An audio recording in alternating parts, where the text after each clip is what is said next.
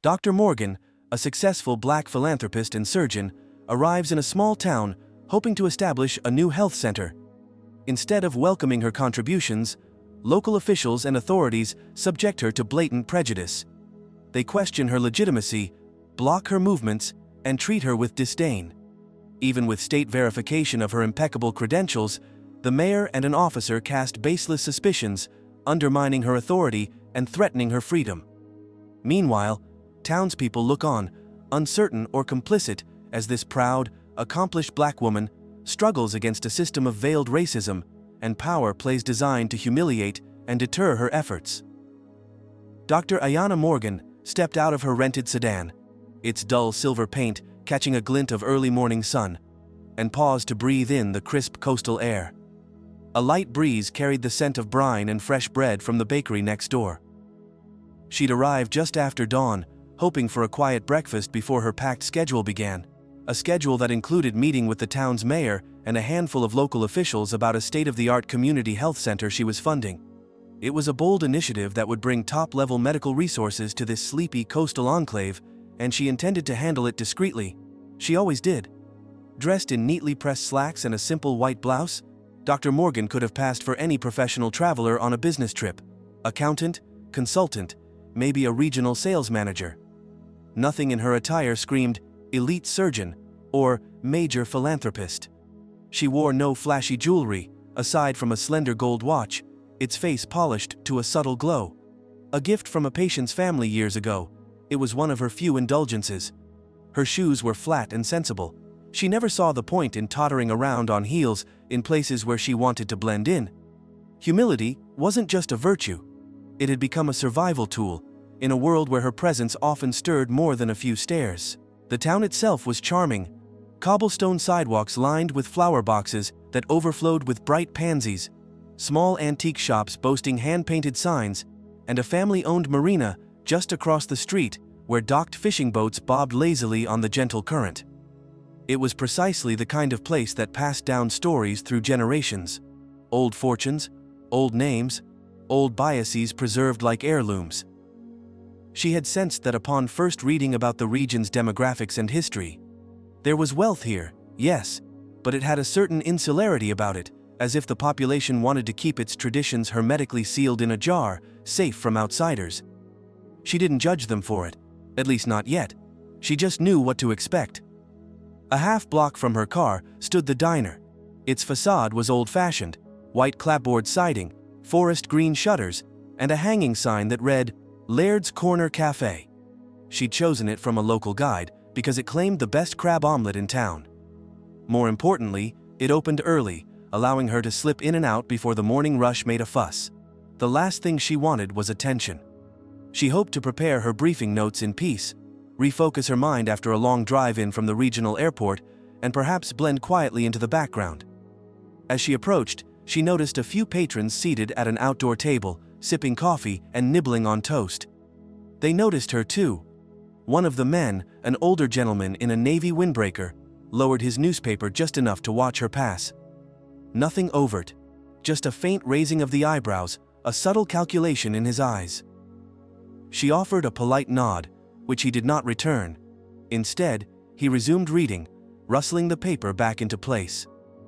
The woman next to him, who wore a sweater draped over her shoulders, shot a quizzical glance in Ayanna's direction as if trying to place her, then gave a tight, practiced smile and looked away. Inside the diner, warm lamplight fell on polished wood floors. There were only a few other customers, a young couple in tennis whites lingering over coffee, a gruff-looking fisherman hunched over scrambled eggs, and a pair of teenage girls sharing a plate of pastries. Behind the counter, a waitress with chestnut brown hair pinned back in a loose bun was wiping a mug with a towel. She glanced up as Ayanna entered, but didn't greet her, instead turning to speak quietly with a coworker in the kitchen doorway. It wasn't outright rude. Still, Ayanna was used to the subtle signals, hesitation, curiosity, a slight recalibration of tone. She was a newcomer, and not the type they expected. "Morning," Ayanna offered softly, waiting at the host stand. The waitress came forward with measured steps. "Just one?" "Yes, please," Ayanna replied, mustering a warm smile. The waitress didn't smile back. She grabbed a menu from a stack and led Ayanna past a row of empty booths, choosing instead one near the kitchen's swinging doors. It was an odd choice. There were plenty of quieter spots by the windows, where early light would have made a lovely reading nook. But Ayanna didn't complain. She'd worked in enough tough environments, operating rooms, executive board meetings, negotiations with city councils, to know that sometimes you accepted what was offered and adapted. She thanked the waitress, took the menu, and settled in. As Ayanna studied the diner's decor, she noticed photographs of fishing boats from decades past, old town gatherings, and a faded newspaper clipping framed on the wall announcing some family's historical milestone. The place was steeped in tradition. Over near the counter, the waitress exchanged a few words with the fisherman. He nodded, gave Ayanna a glance, and returned to his meal. She couldn't hear what was said, but she imagined some comment about tourists or business travelers passing through. Maybe the waitress was just doing her job, or maybe there was a certain guardedness toward unfamiliar faces, particularly those who didn't fit the expected profile of the well-heeled visitors that sometimes passed through these parts. No matter, Ayanna told herself. She wasn't here for their approval. She had a mission.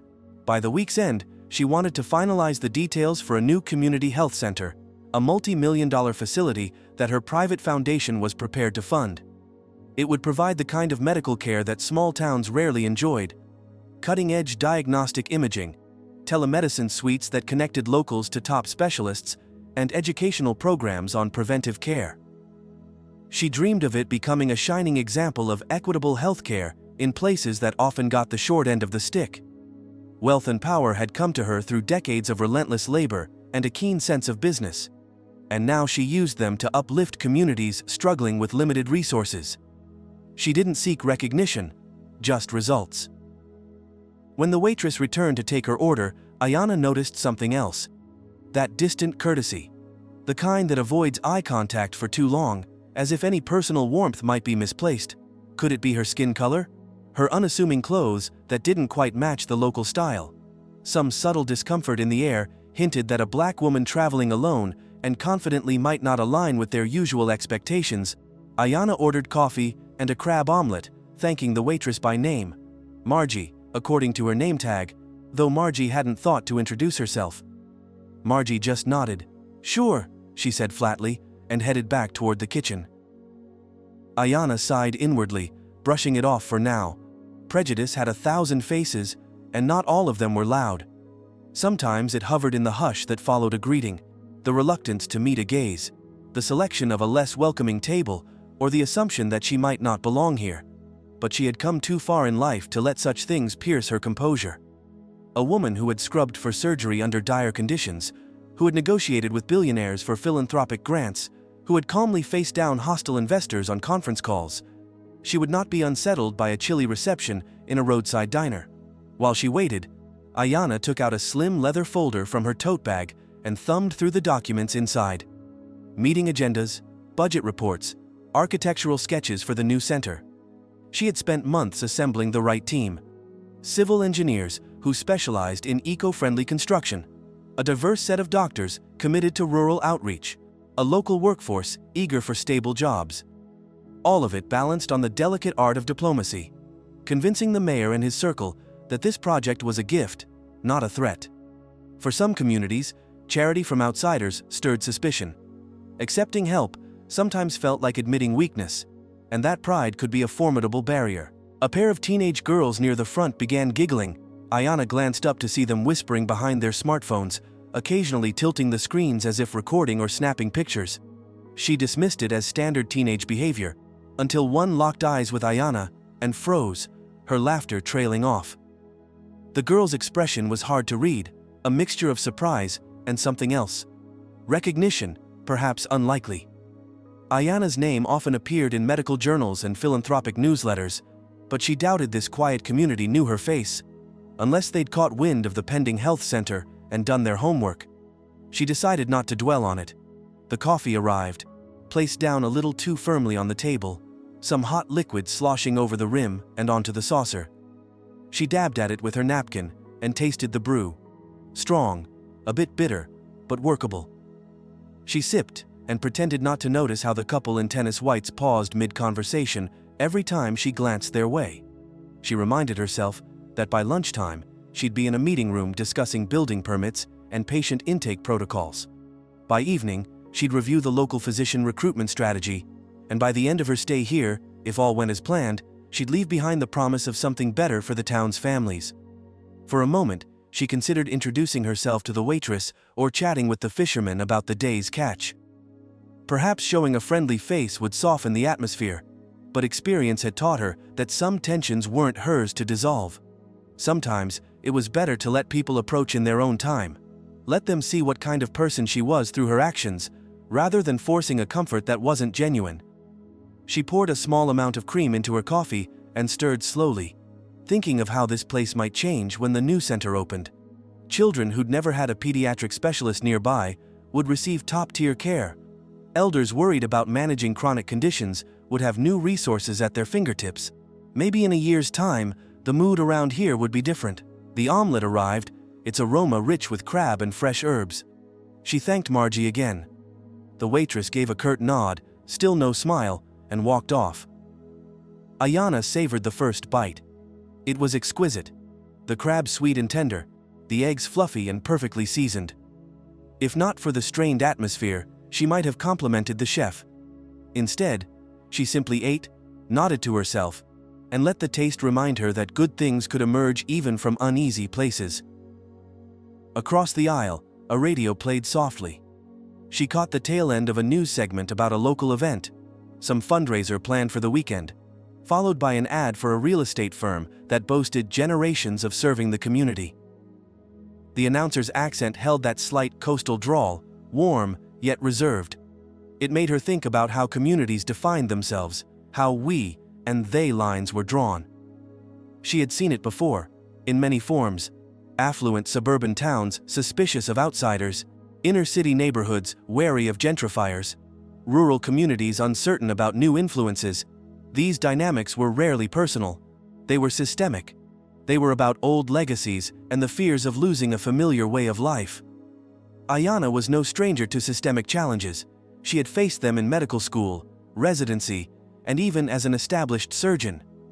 Being a black woman in a profession where old hierarchies still held sway meant constantly proving her capability.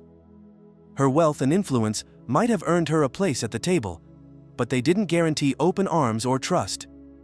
She learned long ago that humility and perseverance were her greatest tools. She didn't flash her credentials like badges. She didn't need to. Her work spoke for itself, and in time, most people recognized that. Finishing her omelet, she folded her napkin neatly and pushed the plate aside. Already, ideas were taking shape in her mind. Small adjustments to her presentation that might ease local concerns, new statistics to highlight the community benefits, personal anecdotes to show her genuine commitment. Outside, the sun had fully risen, bathing the marina in a gentle glow.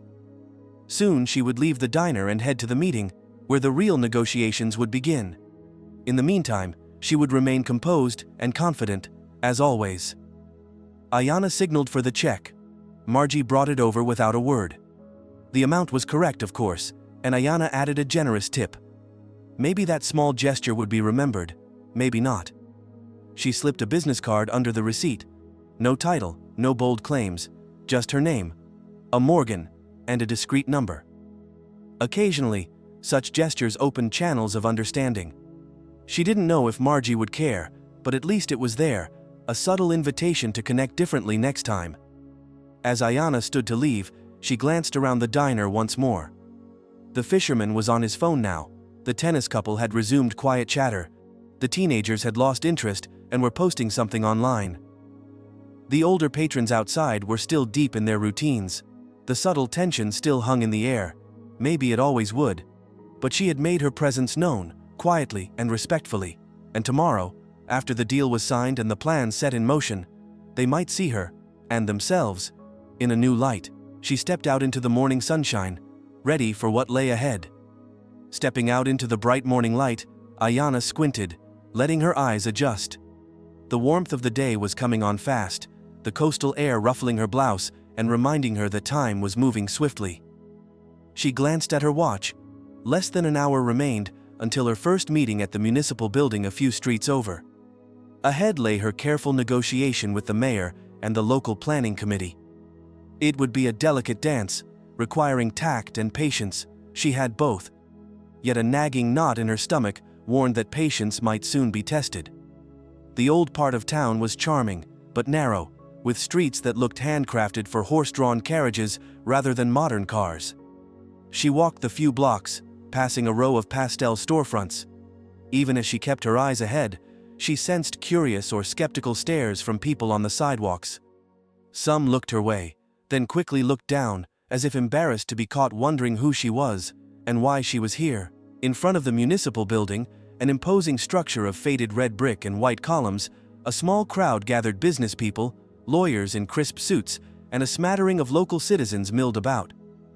Ayanna approached the main entrance, noting a uniformed officer standing at the top of the stairs.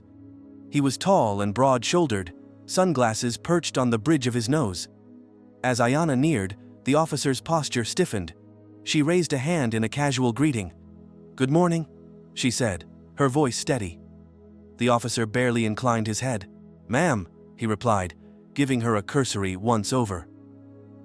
Other people walked past him without so much as a glance, yet he seemed to decide that she warranted special attention. She moved to step through the open door, but he held out an arm, not touching her, but blocking the way like a human gate. "Can I help you with something?" he asked, voice neutral but not welcoming. Ayanna nodded, keeping her tone pleasant. "I have an appointment with the mayor and a few members of the council. My name is Dr. Ayanna Morgan." He took a beat, as though considering the legitimacy of her words. She noticed how he glanced quickly at her simple attire: no flashy suit, no visible ID around her neck like some consultants wore. If he recognized her name, he gave no sign. "There's a lot going on today," the officer said. "What's this meeting regarding?" "It's about the new community health center proposal," Ayanna said, her voice betraying none of her growing annoyance. "I'm the one funding it." He let out a short breath, equal parts skepticism and impatience. "Right. Let me see if I can confirm that." With that, he turned slightly to beckon another officer inside. A few of the other visitors gave Ayanna a glance and slipped around them, entering without hindrance. She watched this small drama unfold, aware of how it looked. Another micro-barrier. She reminded herself. Breathe, stay calm. He's just doing his job, or at least telling himself he is. After a minute, a second officer appeared. A woman this time, her face blank as she took in Ayanna's presence. "This lady says she's meeting with the mayor about that clinic thing," the first officer said. The female officer nodded. "You got some ID, ma'am?" she asked, her tone clipped. Ayanna complied, producing her driver's license. She handed it over, saying nothing. The officer studied it, looked from the license to Ayanna's face and back again. "Dr. Morgan, huh?" she said quietly.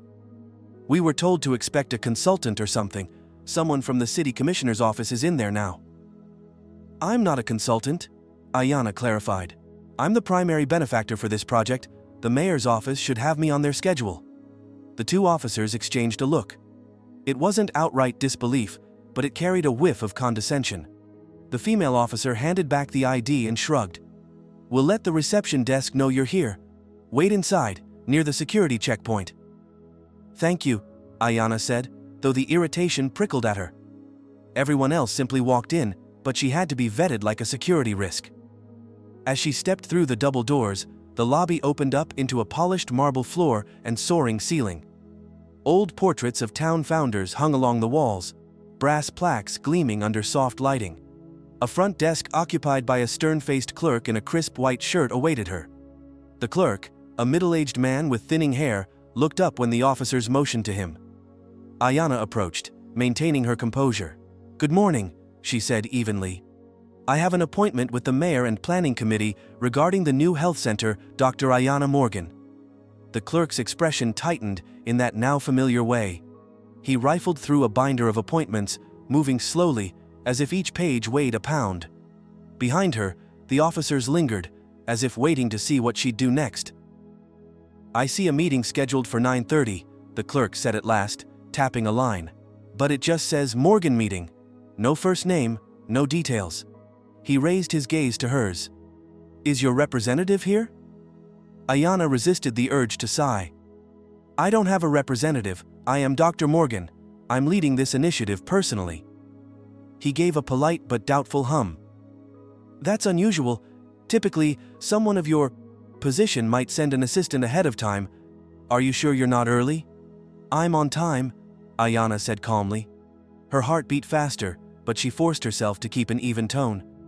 I prefer to handle my own negotiations. I've corresponded with the mayor's office by email. I believe Ms. Carver, the mayor's assistant, handled the scheduling. The clerk nodded slowly. Ms. Carver isn't in yet. He looked past Ayanna, as though hoping to find someone who could confirm her story. You can have a seat in the waiting area until she arrives.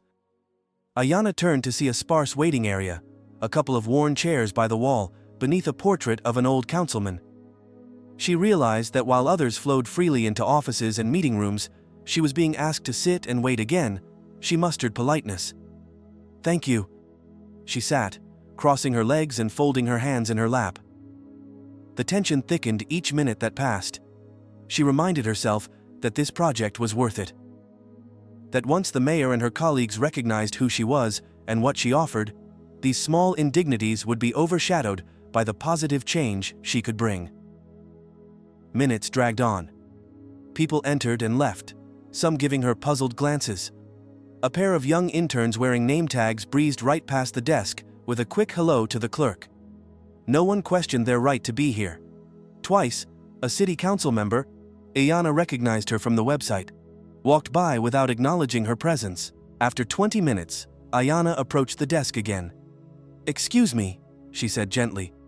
Do we have any update on Ms. Carver's arrival? The clerk looked annoyed at the interruption. Not yet, she's usually here by now, he muttered. Then, as if sensing Ayanna's impatience, he added, I suppose I can call the mayor's interim assistant, but they're busy this morning.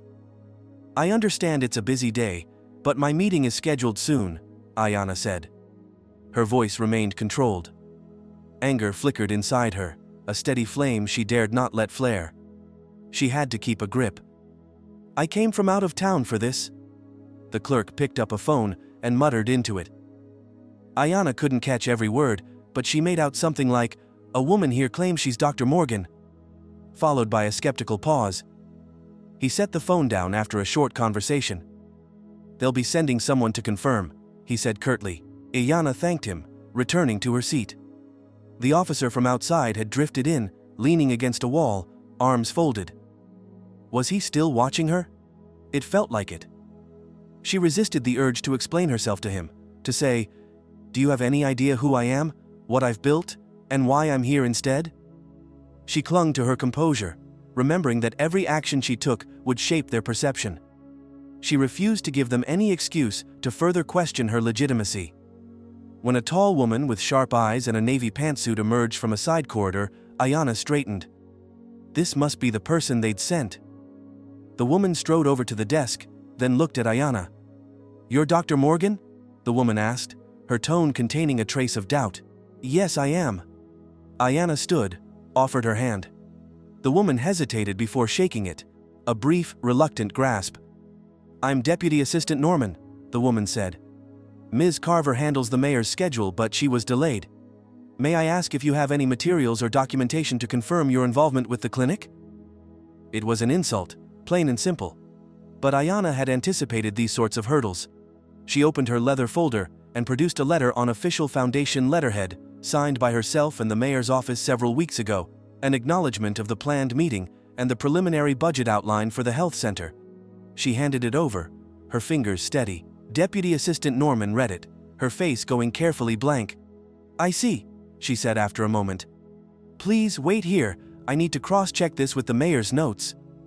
She disappeared again, leaving Ayanna and the clerk and the officer in an awkward tableau of silence. Ayanna's jaw tightened. She reminded herself that anger wouldn't solve anything. Still, each delay felt like a personal affront. She tried to focus on the reason she was here. To help this community. The people who would benefit from the health center were countless. A child with asthma who needed better care, an elderly resident who deserved local access to specialists.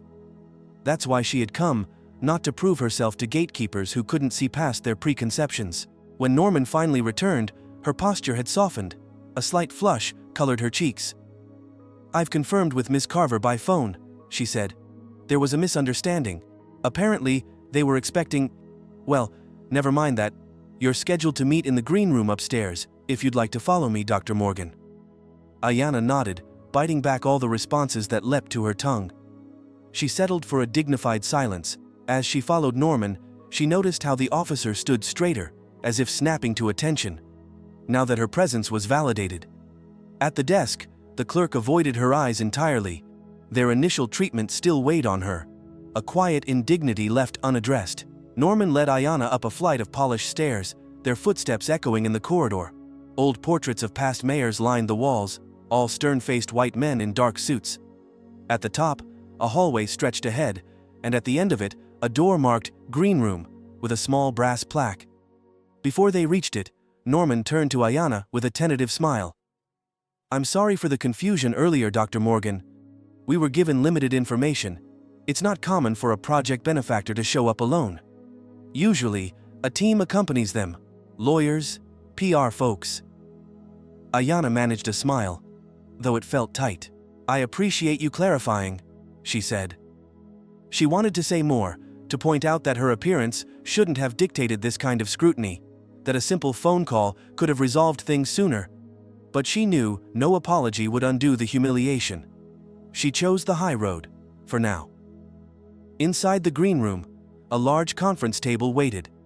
A carafe of water, glasses neatly arranged, and a digital screen displaying architectural plans for the proposed center sat ready. The room was well appointed, with upholstered chairs and potted plants. It was designed for civilized discussions, for smooth negotiations. Yet the tension from before lingered, coiled in Ayanna's chest. Norman hovered near the door. "The mayor and committee members are slightly delayed," she said. "They had a prior engagement that ran over. Please make yourself comfortable." "Thank you," Ayanna said quietly. As the door closed, she found herself alone in the hushed space. For a moment, she let her shoulders slump, releasing the tension that had knotted there. This was just the beginning. If a simple arrival could be so fraught with prejudice and doubt, what would negotiations bring? Would they listen to her proposals fairly, or parse her words for hidden agendas? Would they see her as a partner, or treat her as a suspicious benefactor with something to prove? She reminded herself of all the communities she'd helped before. She had faced skepticism each time, though not always so blatantly. Over the years, she had learned to channel her frustration into clarity. She would use this energy to speak strongly, to present facts and figures without wavering. She would show them not just her competence, but her conviction that equal access to healthcare wasn't just a nice idea. It was a moral imperative. Sipping a glass of water, she calmed her breathing. Outside the door, muffled voices and footsteps signaled movement. The mayor and committee would appear soon, and Ayanna would have to smile, shake hands, and start fresh. They might think her patience infinite, her grace automatic, but each moment like this chipped at her composure. She steadied herself, determined that her voice would remain firm and reasoned, her posture confident. She thought of the diner, the stairs on the street, the officers at the entrance, the clerk's skeptical look, Norman's forced apology. All part of the tapestry she had to navigate. She didn't come here for them to like her. She came here to do something good, to leave behind a legacy that would outlast any small-minded suspicions. Ayanna set her shoulders back and examined the architectural plans on the screen, preparing her talking points. Soon, they would enter, and she would face them with grace and authority.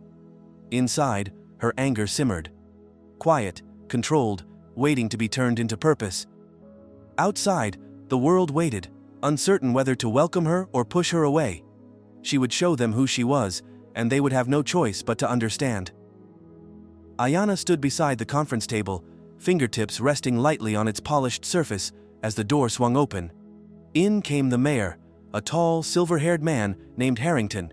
He wore a charcoal suit and an expression of mild inconvenience, as though he had far more important matters than this meeting. Behind him trailed 3 committee members, a short, bespectacled woman clutching a leather portfolio, a stern older man in a navy blazer, and a younger fellow, Mitchell. She recognized him from the staff listing she'd studied. He had a kind face, a hesitant smile, and a slight slump to his shoulders. From her background checks, she knew Mitchell was a junior advisor who sometimes advocated for progressive initiatives. Also entering were two other figures: Deputy Assistant Norman, who'd been dubious downstairs, and Officer Daniels, the policeman from the lobby, now lingering just inside the door.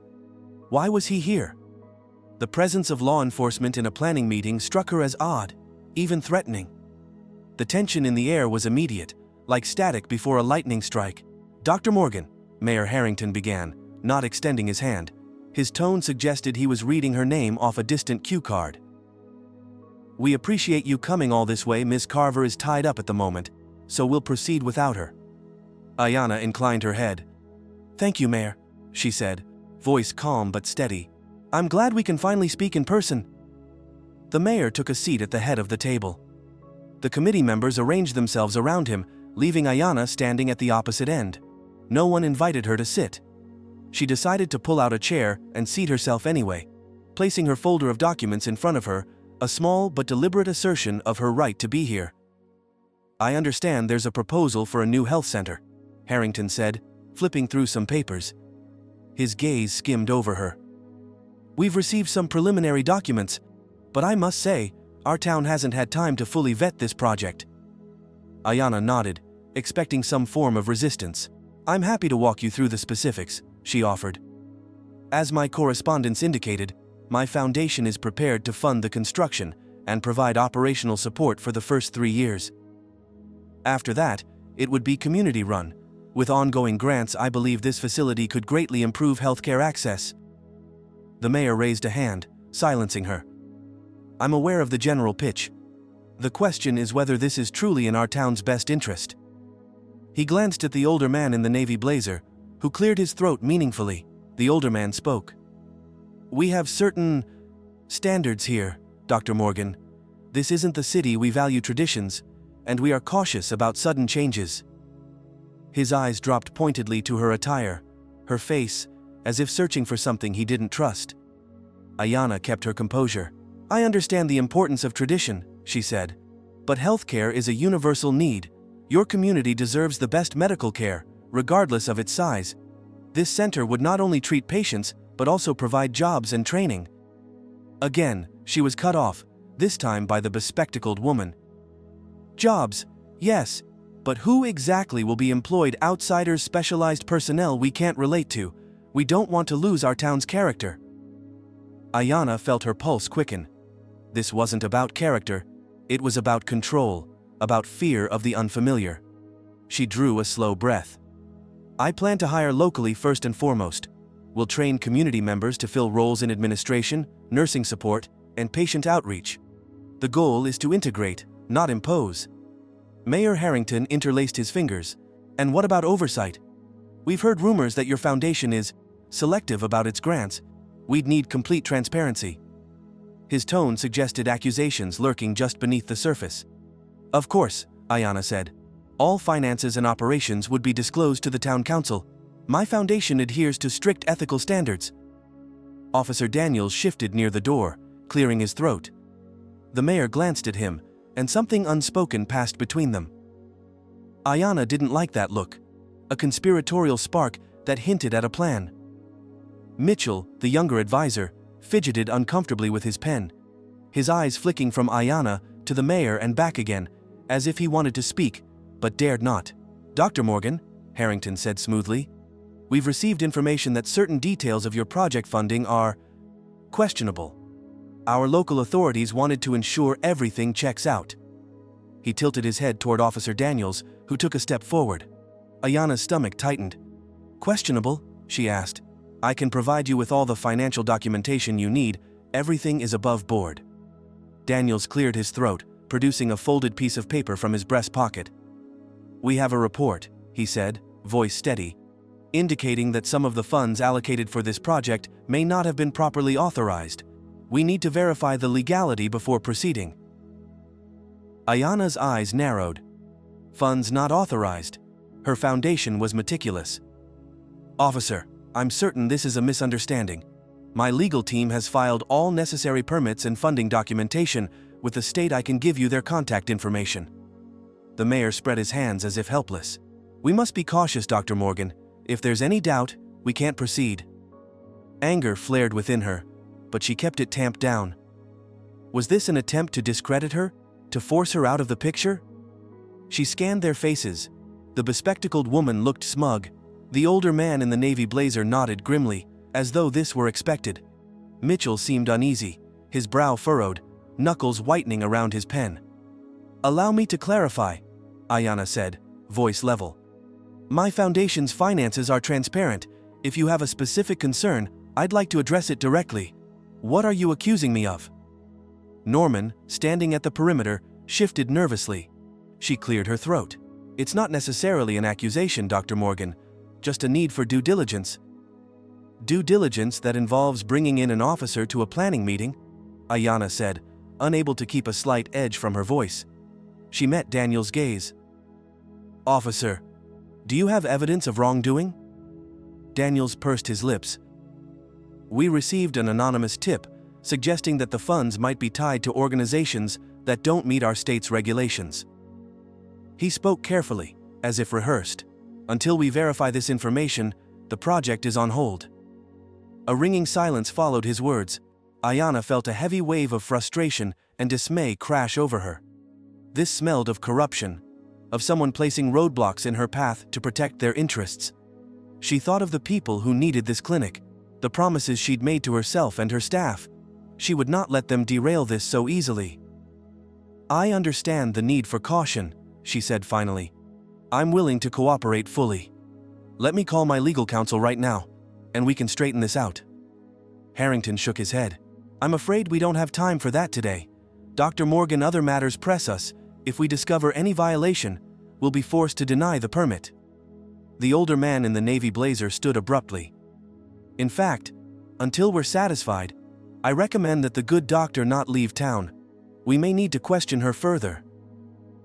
He said it with a predatory gleam, as if hoping she'd protest. A chill coursed through Ayanna. Was this a veiled threat? They wanted to trap her here, corner her without her legal team present. She clenched her hands beneath the table, keeping her face neutral. "I have no intention of running from a misunderstanding. Let's resolve this as soon as possible." The bespectacled woman hummed. "Then you won't mind if Officer Daniels escorts you to the station so we can take a formal statement?" A statement. They were escalating this beyond reason. Ayanna's heart hammered. She looked at Mitchell, the one person who might be sympathetic. He avoided her eyes, then seemed to reconsider, and met her gaze with a troubled frown. She latched onto that glimmer of humanity. "Excuse me," Mitchell said quietly, leaning toward the mayor. "Is this really necessary? We know Dr. Morgan's foundation by reputation. She's renowned for her charitable work. Maybe we should give her a chance to present her financial documents first." Harrington's jaw tightened. He addressed Mitchell in a patronizing tone. "We must protect the town's interests, Mitchell. We can't allow any irregularities. Better to be safe than sorry." Ayanna spoke up. "I understand your caution, but this is unprecedented. Let me contact my team. I have documents on my tablet." "Tablets and electronic files can be tampered with," Daniels interrupted. "We'll need hard copies and verification from independent authorities. Until then, we'd like you to come with us."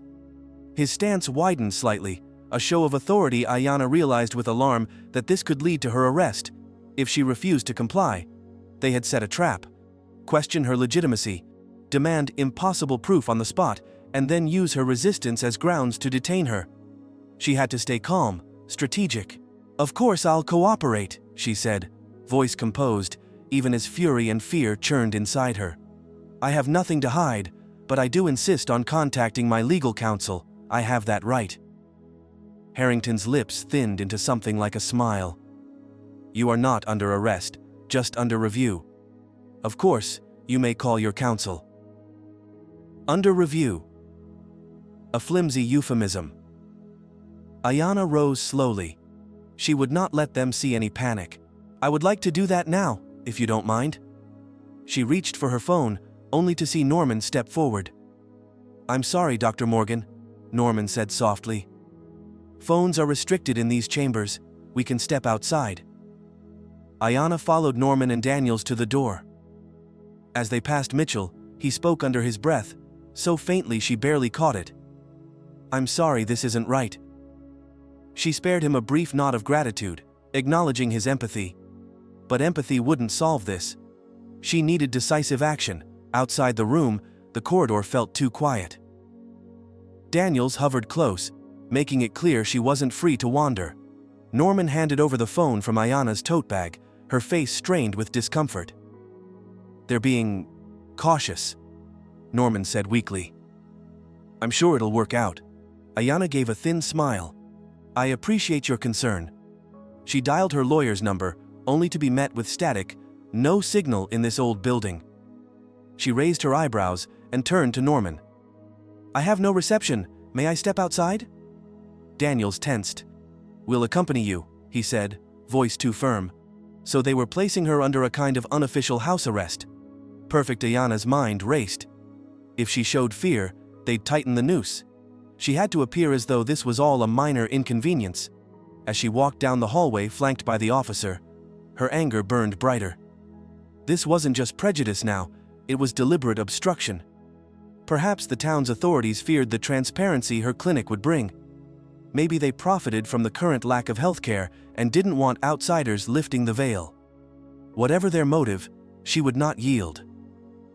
The main lobby was still busy, and as they stepped outside into the crisp morning air, curious eyes followed them. Ayanna lifted her phone, found a signal, and dialed her lawyer again. She got voicemail. Quickly, she left an urgent message explaining the situation in clipped, professional tones. She knew her legal team would be on the next flight if needed. Daniels crossed his arms. "Finished?" "For now," Ayanna said calmly. She turned to Norman. "I'd like to provide the documents I mentioned there at my hotel, if we could just—" Harrington emerged behind them, interrupting. "I'm afraid we'll need to verify your identity further before we let you retrieve anything. We don't know if you'll return. Officer Daniels will accompany you." Ayanna studied the mayor's face. There was a hint of triumph there. They wanted to isolate her, to keep her under surveillance. She realized that, if she left this building escorted by Daniels, she might face a scenario designed to humiliate or trap her further, perhaps a resistance arrest, if she dared assert her rights. She glanced around. Townsfolk were pausing in the street, sensing the tension.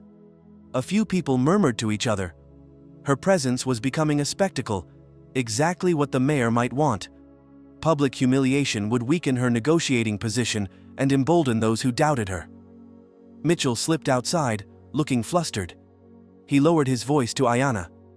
"Dr. Morgan, I'm sorry this is happening. Please, don't give up. The town does need this. I can talk to some people." Before Ayanna could respond, Harrington barked, "Mitchell, that's enough. Get back inside." Mitchell hesitated, then retreated, his eyes full of regret. Ayanna's mind raced. This was a turning point. She could go along quietly, letting them shepherd her like a criminal, or she could stand her ground now and force them to show their hand publicly. If she made a stand, there would be consequences. But maybe that was necessary. She lifted her chin. "Mayor Harrington," she said, voice resonating clearly. "I came here to help this community. I have done nothing wrong. I won't be treated like a suspect without proper justification. Let me retrieve my documents freely, or produce a formal warrant." Whispers rippled among the onlookers. The mayor's face hardened. Daniel stepped closer, one hand near his belt. Ayanna's heart thumped. She met his gaze steadily, refusing to back down. The moment hung balanced, tension as taut as a drawn bowstring. The mayor and his allies wanted compliance and silence. Ayanna was done with that. Either they would escalate, exposing their corruption, or back off and risk her calling them out publicly. She clenched her fists at her sides. Behind her, the afternoon light glinted off the municipal building's windows. In front of her, a cluster of curious townspeople watched the unfolding drama. She could feel the weight of history pressing down, this town's old power structures colliding with her determination to bring change. Officer Daniels narrowed his eyes.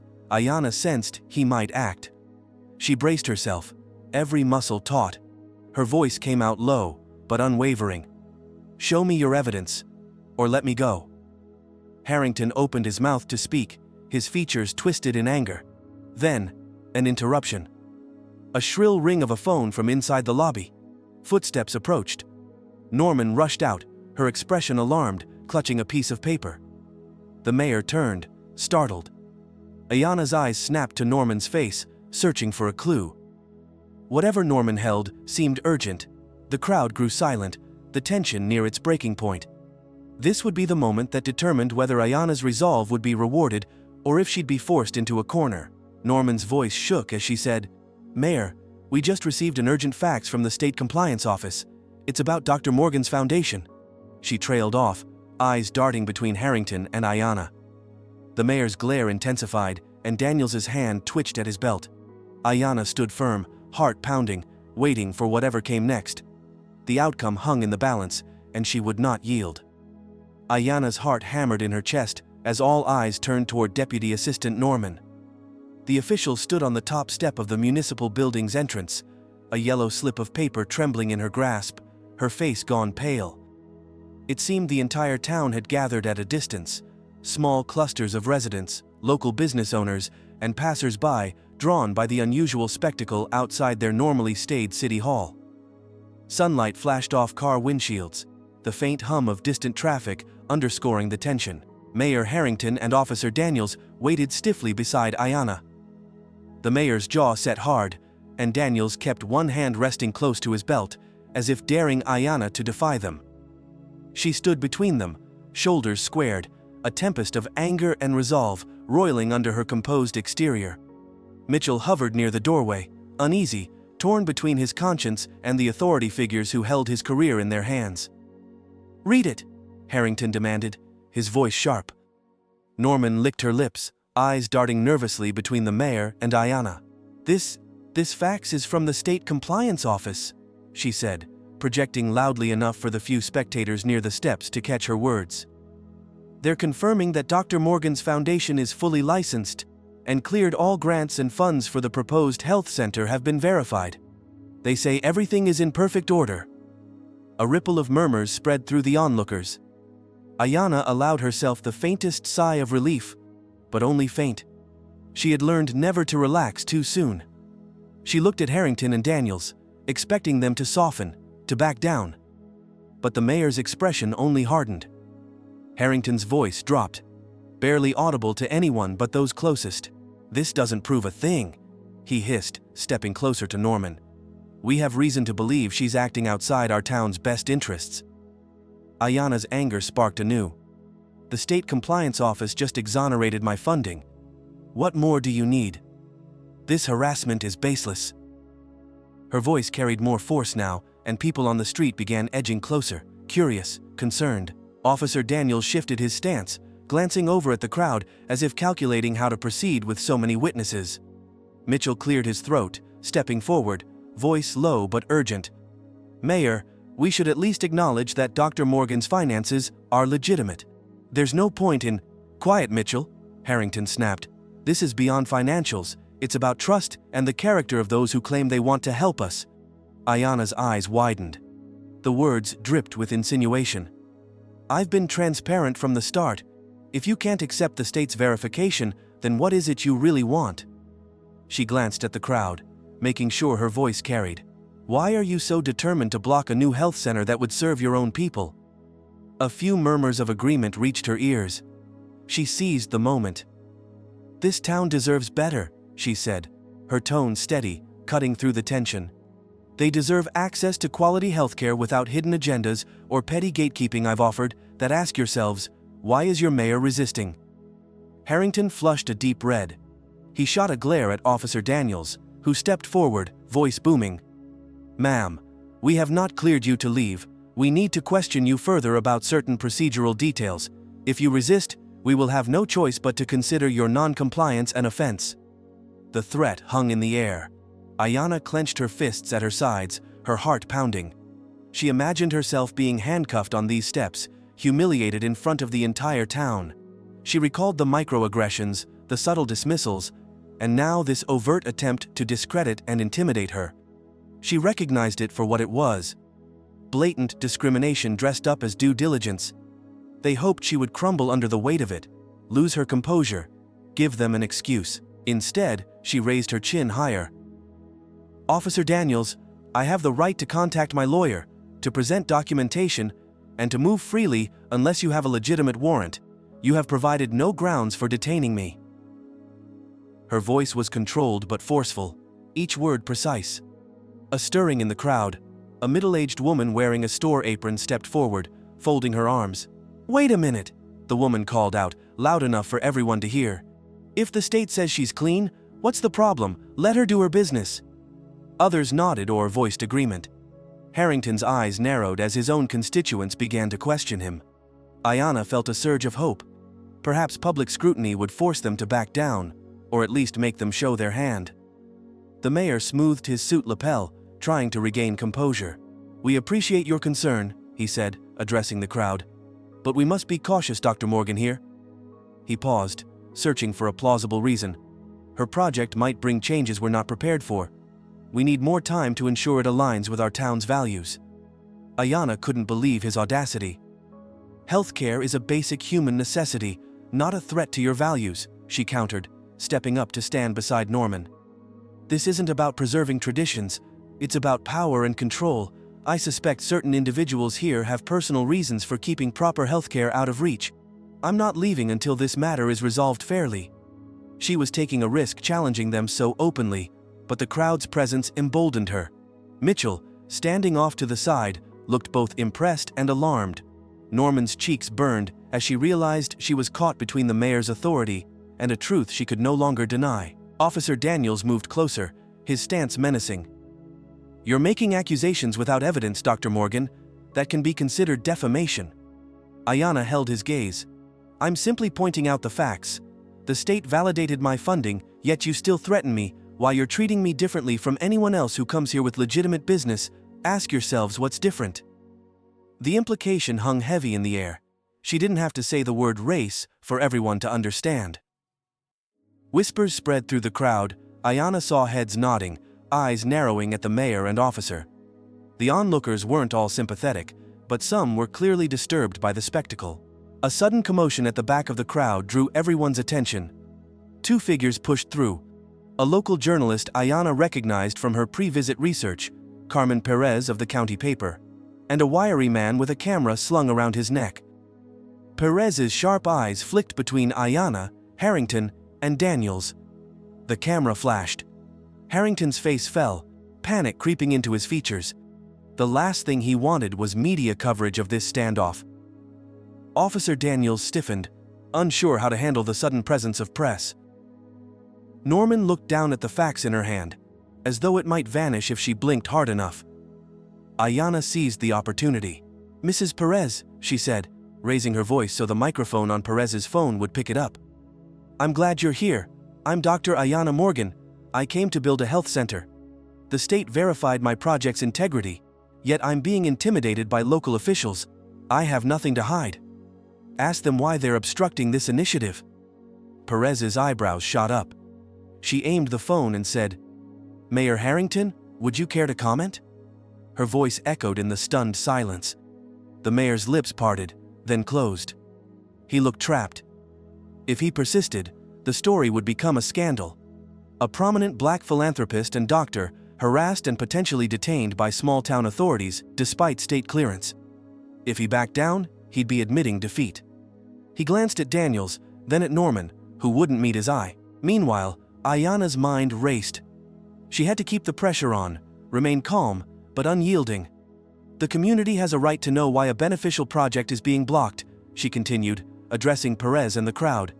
"My only agenda is to bring accessible healthcare. I offered transparency. But I've been met with suspicion and threats. I refuse to be bullied into silence." Mitchell took a shaky breath and stepped forward, clearing his throat. He looked at Harrington, then back at Ayanna, and finally addressed the crowd. I've reviewed Dr. Morgan's proposal," he said, voice trembling but determined. "It's solid. It would bring state-of-the-art facilities here, jobs, training. I saw nothing that would harm our town." Harrington spun on Mitchell, fury in his eyes. "Mitchell, you're out of line!" Mitchell squared his shoulders. "No, sir. With all due respect, our people deserve the truth. We can't hide behind vague accusations forever." The crowd seemed to grow bolder. A fisherman stepped forward. "If she's got the paperwork, why not give her a fair hearing?" A schoolteacher chimed in. "This town needs better health care.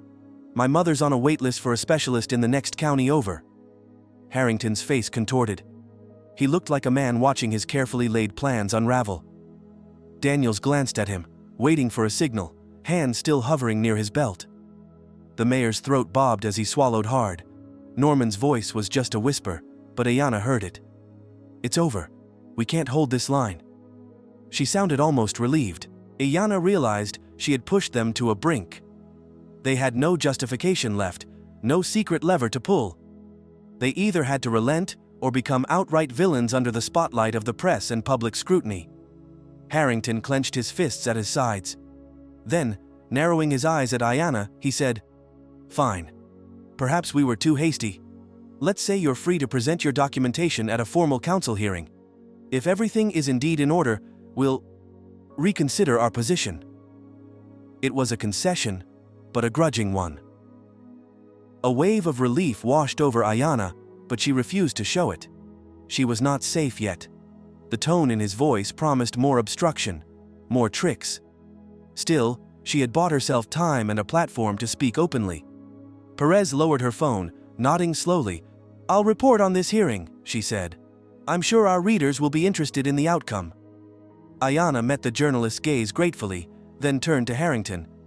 "I accept, but we schedule this hearing soon. No more delays." Her voice sliced through the tension. "And I'll bring legal counsel, community leaders, and anyone else who wants to attend." Harrington tried to mask his frustration behind a tight smile. "We'll discuss the timing inside," he said stiffly. "Officer Daniels, please escort Dr. Morgan to a meeting room without interference and allow her to arrange her documents." Ayanna's spine stiffened. She would not go anywhere with Daniels alone. "I'll be happy to walk myself," she said coolly. "Mitchell, would you mind accompanying me? I'd like at least one familiar face I can trust in that room." Mitchell blinked, startled by her directness. But after a quick glance at Harrington, who looked as if he might protest, Mitchell nodded. "Of course, Dr. Morgan." A small victory.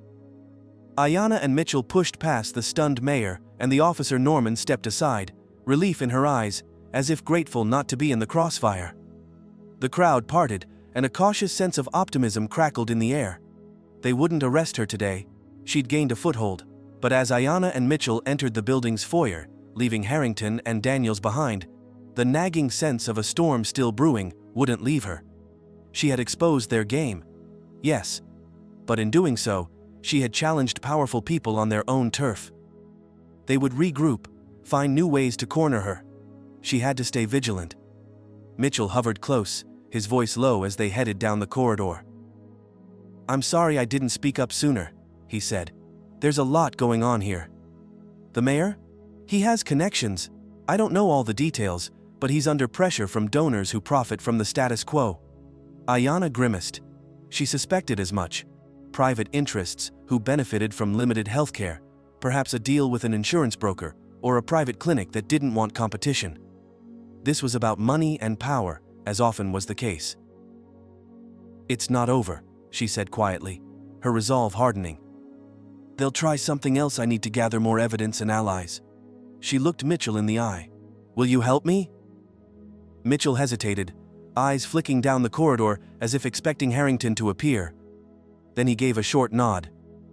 "Yes, I will." Ahead, a door stood open. The small meeting room where she'd prepare her documents. Beyond it lay a battle that would test all her patience, cleverness, and courage. She would expose their corruption or be crushed by it. The stakes had never been higher. As she stepped into that quiet room, with Mitchell by her side, Ayanna steeled herself. This was only the beginning. The next showdown would be more dangerous, more explosive. And she would be ready.